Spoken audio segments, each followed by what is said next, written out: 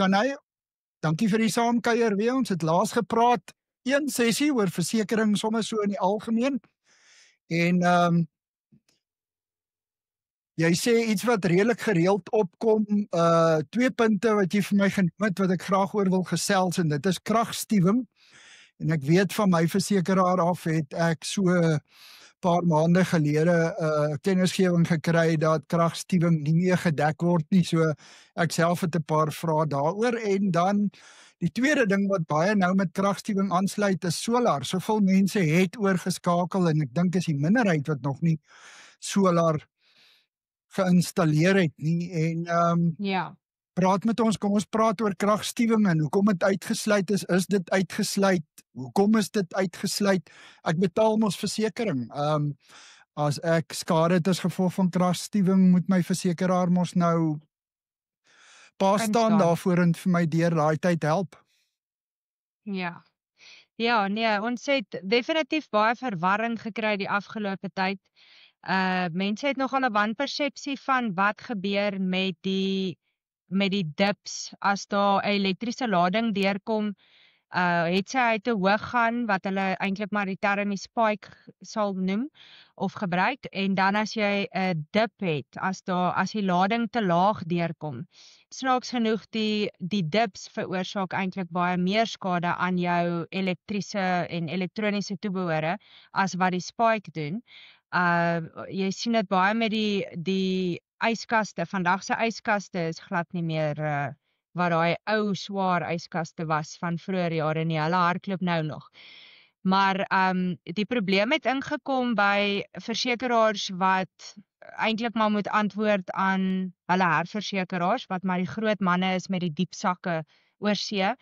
En daai herversekeraars sit en kyk van heeltemal 'n derde oogpunt af en sê hierdie skade raak al hoe meer. Ons sien duidelike tendens waar skade as gevolg van kragstuwing, power surge, soos meeste mense het ken, elke keer moet uitbetaal. As ek praat net uit my kantoor uit spesifiek, ons eiseafdeling kry maklik 10 kragstuwing eise in, minimum 'n week. Nou as jy nou dink dis een makelaary, hoeveel makelaars is by 'n versekeraar gekoppel? Hoeveel eise kom dan daardeur groot maat op een slag aan die versekeraar se kant? So die herversekeraars het daai tendens baie vinnig opgetel en toe sê hulle iets is fout hier. Hoekom? Obviously is dit nie 'n geheim. Die infrastruktuur as dit kom by die krag in ons land is maar wat dit is. En daar's nie 'n skielike duidelike lig aan die einde van die tonnel wat lyk soos laat dit gaan verbeter binnekort nie. So die mense, soos jy nou gesê het, moes maar begin kyk na alternatiewe energiestelsels. Meeste van die mense gaan in die solar rigting in. En die versekeraars het net gesê, as ons kyk na kragstuwing in geheel, gaan ons of 'n besluit moet maak om te sê, ons sluit hierdie versekerde gevaar, hierdie insident wat die skade veroorsaak heeltemal uit, of kom ons kyk om tariewe aansienlik te verhoog spesifiek vir kragstuwing dekking. Wat hulle dan sal doen is jy sal outomaties altyd die dekking gehad het en dit sou ingesluit wees by jou premie. As jy dink aan 'n persoonlike polis, jy sal huisinhoud en huiseienaarsafdelings hê en outomaties is kragstuwing klaar gedek. Hulle sou byvoorbeeld as hulle tariefverhoging gedoen het gesê, kom ons haal kragstuwing heeltemal uit en maak dit 'n lyn op sy eie en ons tarifeer 'n hoër tarief daarvolgens, spesifiek dan net vir een insident wat dan nou die kragstuwing is. So kan hulle dit bietjie meer beheer of ten minste 'n klein bietjie meer winsgewend maak aan hulle kant. En dan die derde opsie was om te sê, ons hou die tariewe dieselfde, ons gaan nie die dekking uitsluit nie, maar ons gaan eerder bybetalingsstruktuur verhoog of aanpas. En so het baie versekeraars die opdrag gekry van die herversekeraars af, en kyk, as hulle sê ja of nee, dan is dit wat ons versekeraars ongelukkig moet doen. Hulle mag nie dan hulle self een kant toe skuif en sê, okay, maar ons hoor wat julle sê, ons gaan dit nie so doen hierdie kant nie. So baie gegons die laaste paar maande, ek sal sê eintlik so 'n jaar. Verlede jaar, middelverlede jaar 2024 tot en met nou, het baie versekeraars instruksie gekry en hulle moes een van daai 3 opsies vat. So van die mense sal om 'n braaivleisvuur sit en met mekaar gesels en dan kom hierdie nuwe buzzword, kan jy nou maar sê, op en almal het half 'n ander antwoord gehad want almal is by verskillende versekeraars. So dit is die rede daar agter om daai onduidelikheid net gou uit te klaar. Dit kom van die herversekeraars af en dit hang af by watter versekeraar jy is. 'n Santam, 'n Mutual and Federal, 'n King Price, 'n Zurich of Bright vandag, Auto & General, elke versekeraar het sy eie herversekeraars en hulle kan die reëls anders gekry het as instruksies. So, net om seker te maak, ek verstaan jou nou reg, herversekeraar, is dit die onderskrywer, is dit dieselfde ou? Die versekeraar, soos jou Santam, byvoorbeeld nou, is die onderskrywer. Hy is die versekeraar in ons land, hulle is hier gestig, hulle skryf hulle eie bewoording, hulle besluit self wat se uitbreidings wil hulle waar inbring of nuwe aanpassings in hulle bewoording maak. Hulle besluit self op die tarifering en dan het jy vir Santam spesifiek, Santam het hulle herversekeraar Santam Re. Re vir RE, Re-insurance. King Price byvoorbeeld, hulle sal nou weer onderskryf wees, herverseker wees deur Munich Re, en al hierdie manne sit op ander kontinente. So, jou versekeraar is die onderskrywer, die herversekeraar, hulle werk met die aktuarisse van Suid-Afrika se versekeraars en hulle kyk na daai statistieke, wat se premies is ontvang, wat se eise is uitbetaal, waar's die glitches, wat in ons land verander heeltyd, klimaatsverandering of die kragstuwing wat 'n probleem is byvoorbeeld, en dan sal hulle kom met hulle eie versoeke en sê ons wil effektief van hierdie datum af hierdie en hierdie veranderinge implementeer en dan moet die versekeraar voortgaan daarmee.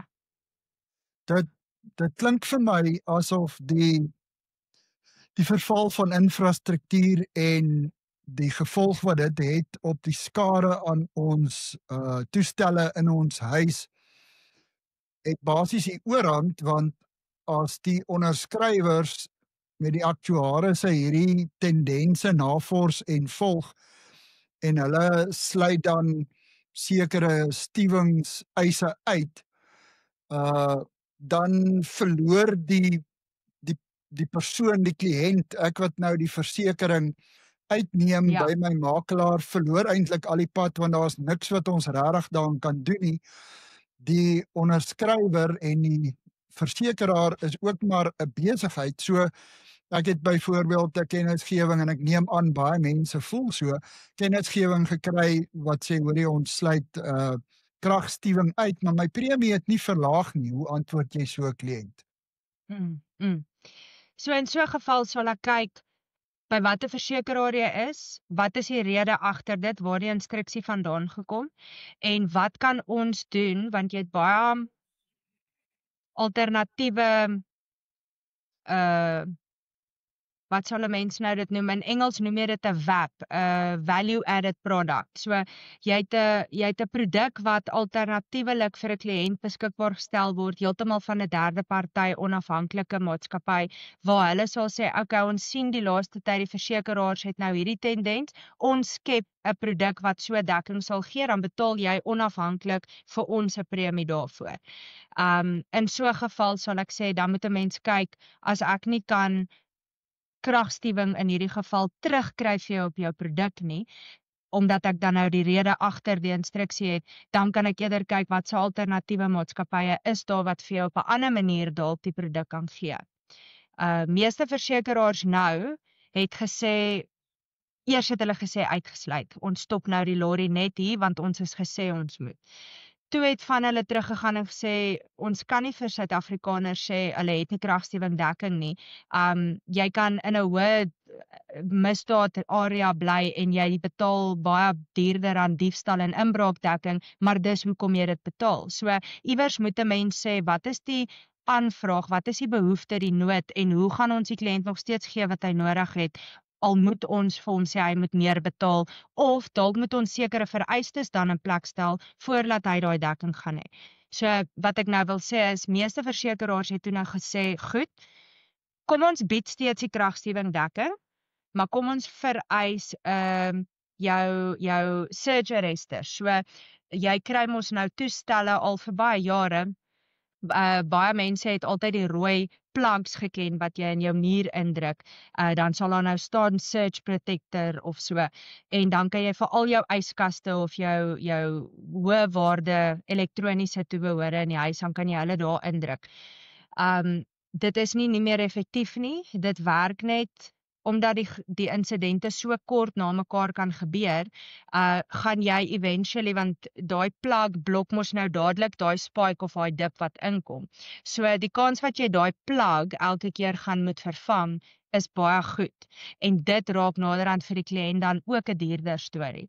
So wat hulle nou na begin kyk het, is daai dit is 'n surge protector device, 'n 2P, is 'n two-pole surge arrester, is die kort beskrywing waarvan ons in die industrie net sal praat. Ons sal praat van 'n 2P surge protector device. Hierdie lyk soos 'n breaker wat jy in jou distribusiebord sit, jou elektriese boks. En hy beskerm dan die hele elektriese lyn waarheen die elektrisiteit toevoer gaan in kom ons sê nou maar 'n huis of 'n besigheid, kantoor, fabriek, wat ook al. Is baie beter om dan so 'n toestel te kry en te installeer. En van die versekeraar sê, dit is nou 'n vereiste. Jy kan steeds jou dekking hê, net soos jy dit altyd gehad het, maar as jy nie 'n surge protector in het nie, dan gaan hulle die eis afkeer. So, daar's baie verskillende maniere hoe die versekeraars hierdie fight probeer wen het, om nog steeds vir die kliënte die dekking te kan bied. Op die einde van die dag moet hulle, net soos wat die kliënt sy goed moet beskerm, soos ons in die vorige sessie gepraat het oor die plig tot versigtigheid van die kliënt se kant af, net so ook is die maatskappy 'n besigheid. Die versekeraar moet nog steeds kyk na sy eie belange ook. En as hulle iets kan instel om te sê hierdie sal 'n kliënt se verlies aansienlik verminder en sy ander elektroniese toebehore nog steeds beskerm in die proses, why not? So daai's twee goed wat nogals baie help by 'n huis. Veral as jy ook weet jy's in 'n area waar jy baie onstabiele kragnetwerk het, dan sou ek sê of dit 'n vereiste is of nie, doen dit, want jy gaan jou eie goed in elk geval baie beter beskerm en geld spaar in die proses. Dis nou 'n hele mond vol. So wat ek eintlik hoor is, aanvanklik was dit uitgesluit net om hierdie risiko te kan navors en te kyk wat die neigings is en hoe gereeld dit voorkom. In daai tyd het ek as die kliënt aan die kortste end getrek, want ek kon nie my risiko verseker nie. Die versekeraars het huiswerk gedoen en gaan kyk hoe groot die probleem werklik is en waar dit oral voorkom en hoe ernstig. Op die oomblik sê jy, as ek hierdie duurder model beskermer in my verdeelbord, in my hoofverdeelbord installeer, wat dan al die netwerke, elektriese netwerke in my huis beskerm, dan is die kans goed dat die meeste versekeraars dit wel gaan aanvaar en wel 'n stewingseis sal betaal, mits ek kan bewys dat so 'n toestel geïnstalleer is. Is my aanname reg rondom dit? Ja. 100% reg. Dit raak net aan iets wat 'n baie interessante punt is, wat ek dink daar baie misverstande op is. Baie kliënte hoor dit wat jy nou gesê het, presies soos jy dit nou gesê het. En dan is dit al wat hulle huis toe vat saam met hulle is, okay, ek moet net seker maak ek het 'n surge arrester in. Niks wat jy nou gesê het is verkeerd nie, dit is so.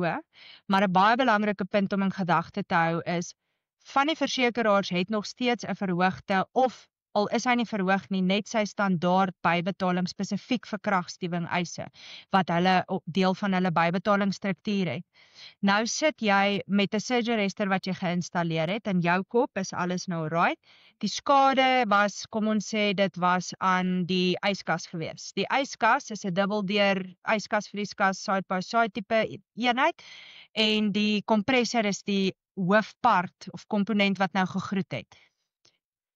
Jou bybetaling is dalk R5,000, spesifiek vir kragstewing eise.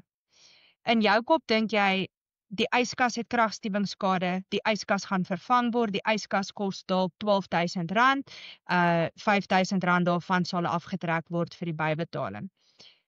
Dit is nie noodwendig as die part vervang kan word om jou terug te plaas in die posisie wat jy was voor die ys.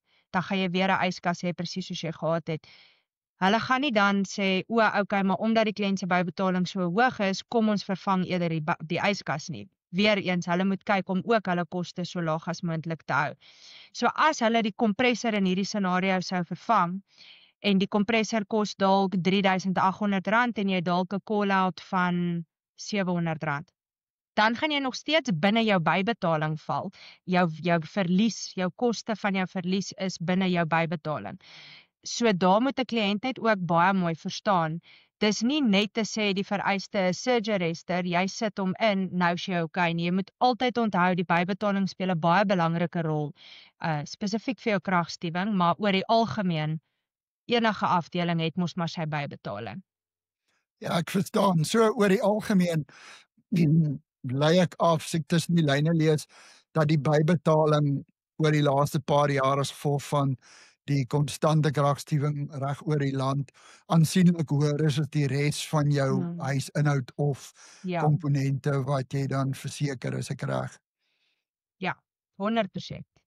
Wat as 'n ballpark figure, so die Engelsman sê, wat is die bybetaling in die mark? En ek weet dit is moeilik want daar's verskillende versekeraars en makelaars, maar na watter bedrag kyk 'n mens gemiddeld as 'n bybetaling vir kragstuwingseise vandag? As ek kyk na 'n persoonlike polis en ek dink sommer nou aan 3 verskillende versekeraars dadelik in my kop net, dan kan ek sê die gemiddeld is so tussen R2.500 tot R3.500. Dis dan 'n vaste bybetaling. Op jou kommersiële polisse werk jy baie meer of kry jy baie meer te doen met persentasie bybetaling. So daar sal staan 10% van die eis met 'n minimum van, kom ons sê R5.000. Dan weet jy, dit gaan afhang van hoeveel jou skade is op jou kwotasie of jou faktuur van wat ook al die eis is wat jy indien. 10% daarvan, as dit minder as R5.000 is, dan gaan die minimum van R5.000 van toepassing wees. So dan raak 'n kragstuwing eis al hoe moeiliker vir 'n kliënt om in te stel as dit op 'n scenario soos nou met die yskas is. Ja, jy sien, R5.000 is baie geld en ek kan dink dat die gemiddelde persoon sal sê, ek het versekering, maar ek het eintlik ook nie. Want ek betaal die premie vir die risiko, maar ek gaan op die einde van die dag daai skade self betaal.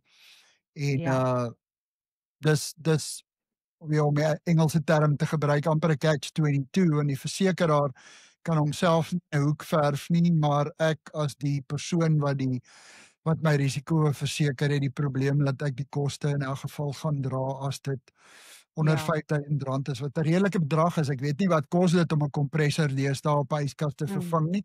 Ek sien die 2 groot name in yskasvervaardigers het 10 jaar waarborge op hulle kompressor. Ek weet nie wat dit in en uitsluit nie. Vermoed dit is nie ideaal vir Suid-Afrikaanse kragstuwingsomstandighede gemaak nie. Ek weet ook nie hoeveel mense se hierdie dierder yskaste met hierdie 2 groot handelsname waarna ek verwys, hoeveel van hulle het eintlik eise? Ek weet nie, wat sien julle, is dit die ouer yskaste of is dit hierdie nuwe dier yskaste met die 10 jaar kompressor waarborg? Jy verstaan waarna ek verwys. Dis definitief die nuuter tegnologie wat al die eise inkry. Die ouer goed, hulle is net anders gemaak. Maar met dit in gedagte moet ons ook net uitwys, daar's ontsettend baie kragstuwing eise wat inkom en baie meer eise van kragstuwing eise word betaal as wat hulle afgekeur word. Dis interessant. Dit klink soos ons praat, want ek kan hoor die afleiding wat gemaak word en jy's nie verkeerd om dit af te lei nie, want as 'n mens met mekaar begin gesels oor kragstuwing, gaan min mense in die geselskap excited voel aan die einde. Hulle voel moedeloos. Die versekeraars, hulle betaal die kragstuwing eise. van die versekeraars het 'n baie spesifieke geallokeerde maatskappy in diens gestel, net vir kragstuwing eise. So, een van die ouens het gesê, een van die versekeraars het gesê, ons kan nie aanhou om hierdie fight heeltyd vorentoe en agtertoe te hê van, is dit nou kragstuwing gewees of is dit eintlik ouderdom, geleidelike agteruitgang, meeste mense ken dit as wear and tear, want dis nie 'n geheim nie, wear and tear is nooit gedek nie, ons moet seker maak jy het 'n ding wat nog goed in 'n werkende toestand is, daar's instandhouding toegepas, en ons kan dan, as die insident wat plaasgevind het 'n geldige eis is, dan kan ons vir jou 'n nuwe een gee, dis waarvoor jy versekering betaal. Maar baie keer sal 'n kliënt sê, okay, my yskas maak nie meer koud nie, of hy wil nie meer aan nie, of wat ook al, kom die ouens uit, jy bel dalk verskaffer wat werk met yskaste spesifiek of verkoeling in geheel, en hulle kom uit en sê, yes, wil jy geëis het vir hierdie ding, want hierdie ding is nie gedek nie, hierdie yskas is baie oud, of kyk hoe geroes is hy, of die drade is deur muise of rotte gekou, dit kry ons baie, en dan weet jy klaar, dit is nie 'n eis nie. Dan sal hulle sê, ja, maar kragstuwing is power surge, hier was nou die dag het iets gebeur en toe gaan die krag af en aan, of die ligte het nou die aand so 'n bietjie gedip en toe gaan dit weer skerper. Kan dit nie maar dit gewees het nie. Ek sê dit spesifiek want versekeraars het agtergekom, elke tweede ou sit net makliker, en dis baie geriefliker om te sê power surge is die oorsaak van die skade, en dan was daar nie eers ordentlik ondersoek ingestel of bewyse saamgestuur om te kan wys hierdie is hoekom ons sê dis kragstuwing nie. So 'n spesifieke versekeraar het toe nou besluit, ons gaan 'n instansie kry wat net met verkoeling werk, en hulle gaan baie gespesialiseerd wees in kragstuwing. Hulle gaan nie ander eise doen nie.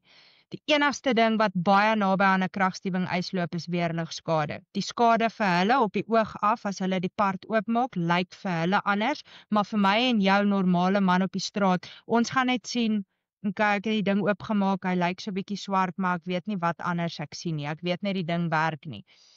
So hierdie instansie werk spesifiek op die kragstuwing eise, hulle kom uit, hulle sal ver ry ook vir dit, hulle ry reg oor Suid-Afrika, en hulle gaan ondersoek dan die skade, hulle reik vir ons 'n skadeverslag uit van nommer 1, wat vir ons moet sê 2 goed, baie belangrik. Hy moet sê, is die skade herstelbaar, of moet die item vervang word, en die tweede ding is, wat het die skade veroorsaak. As hulle bepaal en met bewyse kan gee, dat dit is kragstuwing, dan weet die versekeraar onmiddellik, hierdie is 'n geldige kragstuwing eis, en dan gaan die eisproses net verder aan. Waar ander versekeraars nog nie daar so stap geïmplementeer het nie. Nie almal gaan noodwendig nie, want jy moet daai ouens betaal vir elke liewe eis, en daar's dalk maar redes daar rondom hoekom hulle dit dan eerder nie doen nie. Maar daar's 'n baie beter manier om dan te bewys. Is 'n baie groot rede ook hoekom soveel van ons kragstuwing eise, waarvan ek nou waarna ek verwys het, betaal word, is omdat die regte mense uitgestuur word, wat nie, ek wil amper sê, 'n bribe vat, en sê, okay, maar wat wil jy hê moet ek op die skadeverslag skryf sodat dit 'n eis is? Dan bel hulle eers gou die makelaar en hoorie, wat is gedek, wat is nie gedek nie. Teen die tyd wat jy op so 'n punt gekom het in 'n eis, dan moet jy eintlik 2 keer vra, wil jy ooit so 'n kliënt hê? Want dan neig ons eintlik na lankal nie meer die integriteit en die eerlikheid waar volgens ons werk en streef nie. Ja nee, dan ja. val ons in ry vir die voorbeeld van die regering van die land. So moet maar die ding eerlik hou. Dankie vir daai inligting. Ja, nee, verseker. Ek dink dit het 'n redelike breë agtergrond en konteks gegee rondom kragstuwing en die toestelle wat daarbey betrokke is en die tipe skade waarna ons kyk en wat die konteks is van die onderskrywers en herversekeraars en so. Dankie vir dit, Chanay. Kom ons praat gou oor solar. Jy weet, soos wat Eskom agteruit gegaan het. Ek wil amper die term gebruik, amper almal het gegaan en solar installasies begin doen. Is die enigste manier hoe jy meer onafhanklik kan wees rondom jou elektrisiteitstoevoer. En ek sien nou die laaste tyd van die munisipaliteite natuurlik om 'n inkomste te verseker, hef nou mense wat nie meer elektrisiteit gebruik nie, of aansienlik minder hef 'n konneksiefooi wat hulle gebruik op die state wat hulle uitstuur, Ja, om dan nou jou solarpanele te koppel aan die netwerk. So maak hulle maar net meer geld en ons betaal op die einde van die dag vir hulle onkunde en gebrek aan toewyding en dissipline. Maar kom ons ja, praat oor die risikodeel daarvan. As ek nou solarpanele op my dak geïnstalleer het, ek het 'n professionele persoon gekry om hierdie goed te kom installeer. Ek het waarna kyk ons? Wat is die slaggate? Hoe lyk die ja. versekeringseise in hierdie verband en wat kan jy met ons deel wat vir ons waarop ons moet let as ons solar installasies doen? Belangrikste ding wat ek nou kan sê, en ek is so bly jy die woord gebruik, jy het professionele mense gekry om dit vir jou te kom installeer. Professioneel is een ding. Ek is professioneel in my makelaar hoedanigheid, in my professie. Ek is 'n professionele persoon in terme van die industrie waarin ek werk.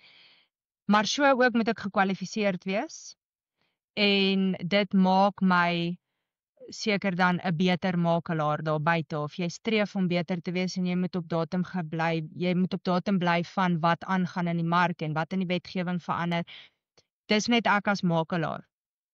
Iemand wat solar doen, elke tweede ou doen vandag solar installasies. Elke tweede ou sê hy gaan vir jou daai voldoeningssertifikaat uitreik, hy COC. Daai woordjie het so nog 'n buzzword geword hierdie laaste paar maande. So die belangrikste ding wat ek sou sê is, wie ook al jy wil kry om vir jou 'n solar te installeer by die huis, by die kantoor, op jou fabriek se dak, waar ook al. Jy kry 'n geakkrediteerde maatskappy wat gespesialiseerd is in solar. Dit kan verskeie tipe solar wees, want jy kry soveel verskillende lyne waarin dit gaan, maar hy kan vir jou sy papiere wys, hy kan wys dat hy dit elke keer op datum hou soos wat dit moet. 'n Mens kry mos nou nie net een keer 'n lisensie en dan het jy hom vir die res van jou lewe nie. Dinge verander oor die jare, so baie van hierdie instansies moet jaarliks hulle akkreditasies doen om op datum te bly met hoe die goed werk. En veral solar, die goed het heeltemal uit hulle nate uitgebars. Die SANS regulasies daar rondom, daar spesifieke regulasies, SANS-kodes, as ek nou sê, is mos maar jou Suid-Afrikaanse nasionale veiligheidsbureau, né? Die National Safety Standards. So jou SANS-kode, ek dink is 10400. Ek het dit op 'n stadium al hier iewers geskryf. 10142, dis jou hoof SANS-kode as ek kom by die solar, maar daar is baie SANS-kodes verder soos 'n mens aangaan. Ek gaan nou nie julle verveel met dit nie, maar dis belangrik dat die persoon of die maatskappy wat die installasie doen, laat hy presies weet waarvan ek praat en dat hy my sommer kon reghelp toe ek die eerste keer die verkeerde kode gesê het. Want hulle moet hierdie goed uit hulle koppe uitken. Nou, as daai voldoeningssertifikaat uitgereik is, wat eers heel aan die einde is, baie kliënte raak vreeslik senuweeagtig as ek begin vra vir die COC en die installasie is nog nie heeltemal afgehandel nie, dan dink hulle het nou met skelms te doen gehad. Dis glad nie wat ek sê nie, baie ouens moet 'n paar stappe eers nog volg voordat hulle die finale uitreiking kan doen. Maar as jy daai gekry het, dan stuur jy dit vir jou makelaar aan. As jy nie 'n makelaar het nie en jy's direk by 'n versekeraar, dan stuur jy dit vir hom aan of haar aan, saam met die faktuur van wat jy betaal het vir hierdie hele solarstelsel se installasie. Die rede daarvoor is, daar's baie verskillende maniere hoe jy die solar kan verseker. Want effektiewelik op 'n polis, korttermyn polis, het jy baie verskillende afdelings. Jy kan dalk sê ek het nou 'n R150,000 stelsel geïnstalleer. Ek het panele gedoen, ek het 2 batterye gedoen en 'n inverter of so. En ek wil hom asseblief verseker, maar Shanay, ek kan nie R500 bekostig elke maand om te betaal vir hierdie stelsel nie. Dis nou net 'n voorbeeld sommer. Dan moet ek vir jou kan adviseer om te sê, okay, hoe kan ons hierdie ding struktureer? Wat is jou behoefte? Is jy bekommerd dat hulle inbreek en hulle steel hierdie goed van jou dak en uit jou huis teen die mure af? Of is jy bekommerd oor weerligskade? Is jy bekommerd oor kragstuwing? Wat is jou behoefte? En dan kan ek daar rondom werk om te kyk waar gaan ons daai installasie vir jou doen. So dis die hoofrede hoekom ek dadelik die faktuur wil hê. As ek wil weet met watse waarde het ek te doen nie en die faktuur as hulle die regte mense gebruik, sit presies uiteen hoeveel panele daar was, hoeveel kilowatt is die batterye en die inverter so KVA en goed. Dan weet jy presies wat is binne, wat is buite, die bedrading, die brackets en alles daar rondom, en dan kan ek dit vir jou op 'n beter manier probeer verseker. Maar die geakkrediteerde maatskappy, dit is die nommer 1 belangrikste ding wat ek nou kan uitlig.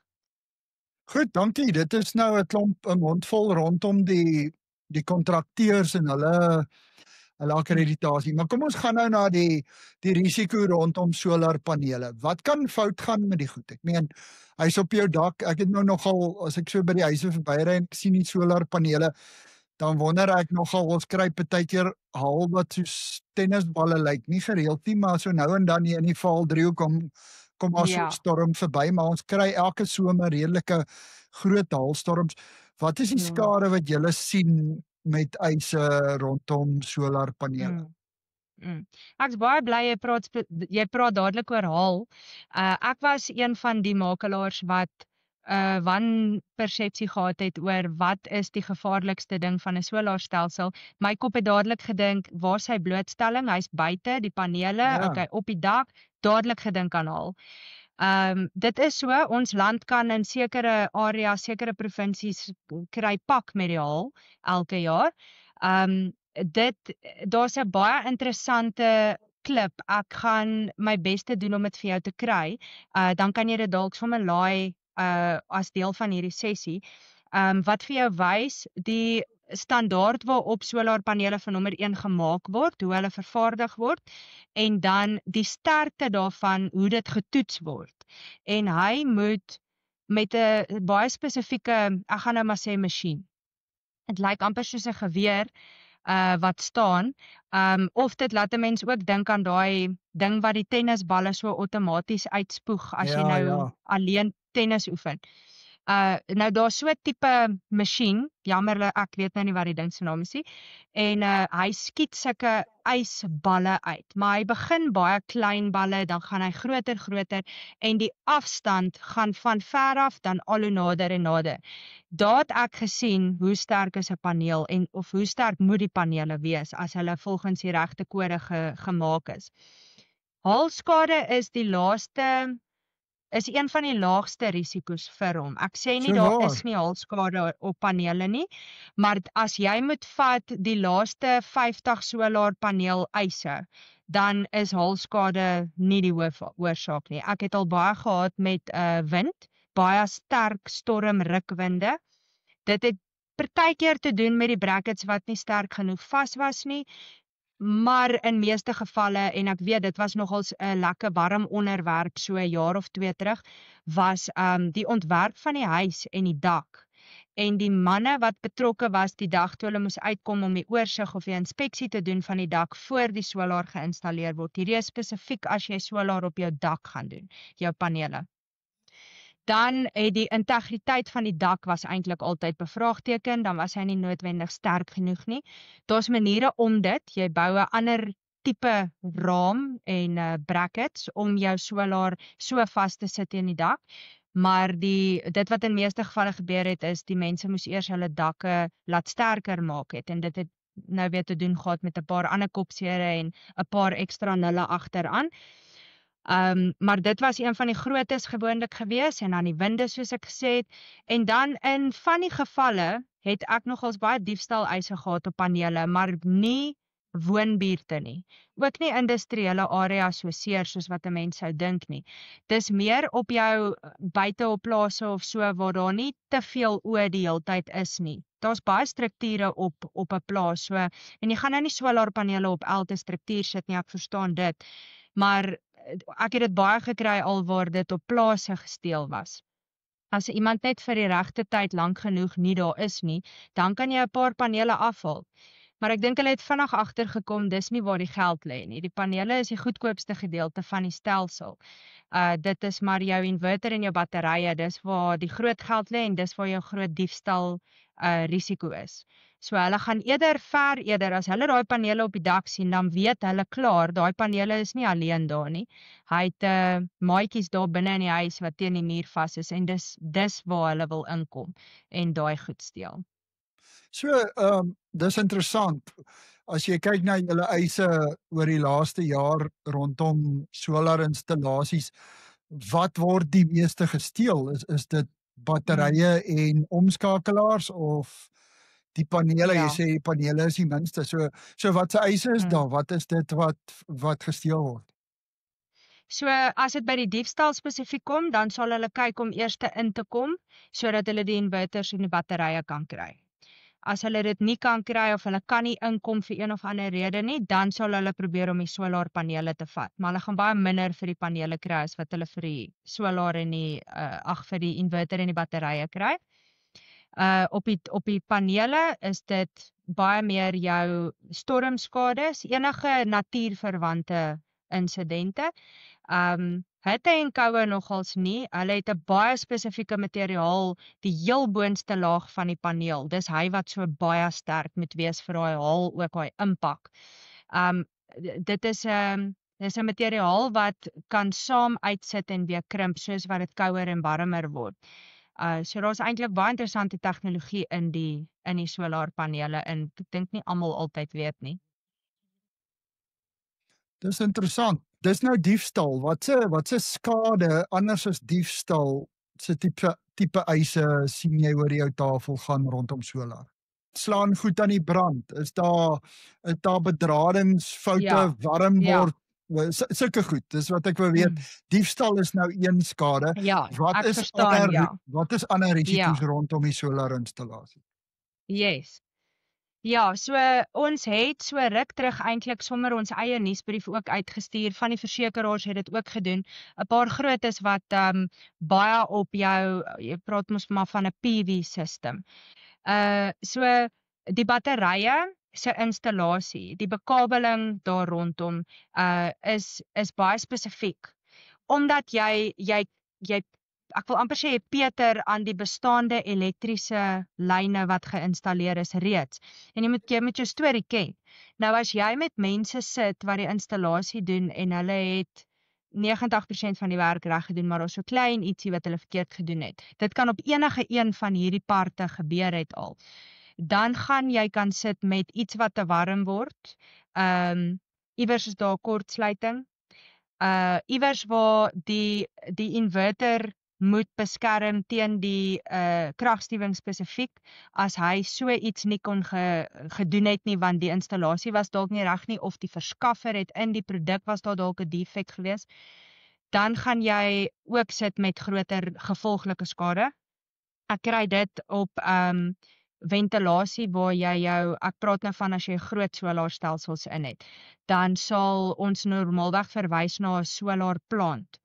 En daai batterye en inverters is gewoonlik dan in hulle eie struktuur. Hulle bou 'n kamer spesifiek vir dit met 'n baie dik sementfondasie en ordentlike ventilasie wat daar deurkom, ligversorgers. En dan bly dit lekker koud daar binne en dit help weer vir daai batterye want daai goed hardloop die hele tyd, veral as jy 100% van jou munisipale krag af is. So met die oorverhitting, dit is dan waar daar 'n brand kan kom of 'n bedrading wat te warm word. En 'n ander ding wat eintlik baie sleg is, maar 'n mens kan nie praat asof dit nie gebeur nie, is as die verkeerde mense sien daar's 'n plant, 'n groot solar plant installasie, dan breek hulle by daai kamers in. En jy kan nie daai batterye en inverters, spesifiek die batterye, jy kan hulle nie net, dis nie soos die wat by die huis geïnstalleer is, jy dit daar teen die muur vasmonteer nie. Hierdie word ingebold in die sement in die grond en dis hoekom ek spesifiek genoem het van die sementvloer. En hulle word met 'n kraan geïnstalleer. En die mense wat vir so 'n tipe installasie sal teiken is gewoonlik die mense wat presies weet hoe lank is hierdie mense weg van die perseel af, of waar presies is hulle, en dis gewoonlik waar hulle dan alternatiewe roetes vat om die mense net eers uit hulle pad uit te hou, en dan sal hulle probeer om hierdie goed hier uit te kry. En hulle rig skade aan die batterye en die inverters in die proses, maar hulle weet hoe om dit te doen, so dan lig hulle daar uit, laai dit op trokke en daar ry hulle weg. Dis baie groot geld daai. Groot Ja, verlies. dis interessant. Dankie. Shanay het baie met ons gedeel. Net soos met die vorige sessie gee vir ons so 'n paar highlights. Kom ons kyk na kragstuwing. 2 of 3 tips wat jy vir ons kan gee, die belangrikste goed, en dan ook op die solarpanele net om saam te vat. Okay. Wel, die eerste ding wat ek sal sê is, as jy nie 'n makelaar het nie, kry 'n makelaar. Dit is stap nommer 1. Bel jou makelaar, en my besonderhede, soos die vorige keer, weer sal dit beskikbaar wees. Meer as welkom om my ook te kontak. Ek sal die nodige advies kan gee sover as wat ek kan. En dan sal ek net sê, kyk vir daai surge arresters. As jy nie die een wat soos die breaker is in die DB bord kan sit nie, kyk dan vir die plugs. Doen wat ook al jy kan om jou elektroniese goed te kan beskerm. Jy gaan jou eie uitgawes net minder maak. En dan as dit by die solar kom, geakkrediteerde maatskappy, genoeg ventilasie, maak seker jy weet wat jy gaan laat installeer. Moenie net volg wat hulle vir jou sê nie, want hulle gaan hom kan installeer en hulle gaan ry. En jy moet weet wat jy daar het, waar is die risiko's met hom, word hy vinnig warm ensovoorts, en dan kan jy beheer neem oor jou eie bates. Daar sê Shanay, dankie, jy het van 'n paar links gepraat, skakels wat jy vir my gaan stuur. Ek sal vir almal wat saam kyk en belangstel, ek sal dit in die opsommingsparagraaf van die potgooi deel, en dan kan almal daarna gaan kyk. Jy het verwys na 'n videoklip wat jy met ons kan deel. Kan almal dit daar volg. Enige vrae of enige spesifieke inligting wat iemand vir Shanay wil vra, stuur dit aan, pos dit in die comments gedeeltes, en dan sal ons dit deurgee, en dan kan ons dalk 'n volgende bespreking rondom dit hou. Shanay, dankie vir jou tyd, en tot volgende keer, dan kuier ons weer saam. Dit is 'n groot plesier, baie dankie vir die uitnodiging. Lekker dag.